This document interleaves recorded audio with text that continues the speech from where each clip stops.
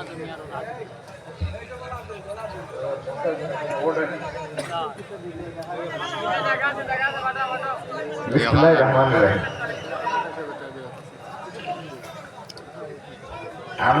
বক্তব্য না রাখলে ওখানে আর কোনো বক্তব্য হইতো না, কারণ হুজুর কত রয়েছেন। আমি আসলে গেপর মাঝে মাত্রা। বিসমিল্লাহির রহমানির রহিম। আমার সামনে উপস্থিত মুসল্লিয়ান, আমার মুরব্বিয়ান, বড় ভাই, ছোট ভাইরা, আর দূর দূরান্ত থেকে যদি আমার কোনো মা বোনের খানো ওই বলা যায়, আসসালামু আলাইকুম ওয়া রাহমাতুল্লাহি ওয়া বারাকাতুহু। মজলিসও মনোযোগ দিয়ে বয়াত থাকলে সালামর উত্তর আয়, আসসালামু আলাইকুম ওয়া রাহমাতুল্লাহি ওয়া বারাকাতুহু। এর মানে হইল আমরা সব সজাগ আছি। তো আজ আপনার সামনে আমি 1 মিনিটের বেশি সময় নিতাম না। যারা এই ওয়াজের আয়োজন করছেন তার সবার প্রতি কৃতজ্ঞতা। এই ওয়াজের মৌসুম শুরু হওয়ার লগে লগে পয়লা দিকের যে কয়েকটা মাহফিল, এর মাঝে আপনারা একটা আল্লাহ রাব্বুল আলামিনের মেহেরবানি।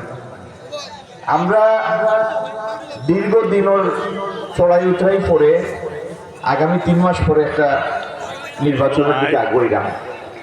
আমি নির্বাচনও দানব শিশোর প্রার্থী, বাংলাদেশ জাতীয়তাবাদী দলের প্রার্থী। স্বাভাবিকভাবে আপনারা সামনে উপাইছি আমি আপনারা দোয়ার দরখাস্ত করব, আর আপনারা লইয়া ও দোয়া করবো আল্লাহ রাব্বুল আলামিনের কাছে যেন আল্লাহ এই জনপদটার মাঝে শান্তির ফয়সালা করিয়া দিতা। আমরা এই সিলেটও খামখাজের কোনো ব্যবস্থা নাই, কর্মসংস্থান নাই।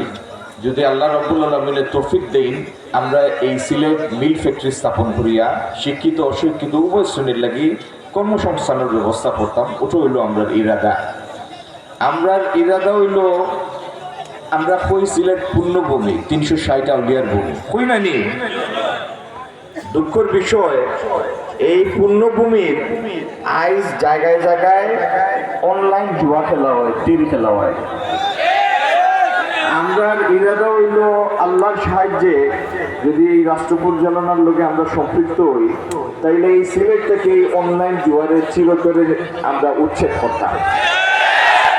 আর যত মাদক বিক্রয় হয় বিভিন্ন রাস্তায় কোনায় কোনায় পাড়ায় মহল্লায়, এরা যদি অনুরোধ ফেব্রুয়ারি মাসের আগেও কোনো হালাল পেশা বাঁচিয়ে নৌকা আর নাইলে সিলেট ছাড়িয়ে যাওকা, কি টিকা আপনারা লাগে ঠিক জায়গা নাই। আমরা আবারও কইলাম আপনারা লইয়া আল্লাহ রাব্বুল আলামিনের কাছে আমরা দোয়া চাই, আল্লাহ এই জনপদের শান্তির জনপদ হিসাবে ফয়সালা করে দিতা।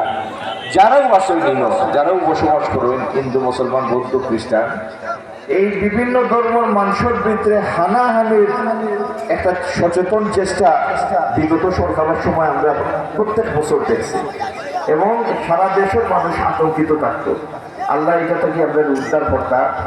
92% মুসলমানের দেশও মসজিদ ও কিতাব খুতবা হইতো, এটার নির্দেশ যেন কোনো বিশেষ জায়গা থেকে আওয়া না লাগে।